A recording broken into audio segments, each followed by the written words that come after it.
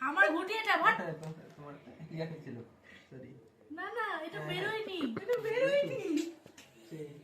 আমার মতে ছিল এই দুয়ে ছিল ওটা আর দিদিরটা স্টারে আমার তো স্টারে ছিল কিচ্ছু জানেই না সব গন্ডগোল করে দিয়েছে। ঠিক আছে তোমার দানটা আমার হয়ে গেল তো?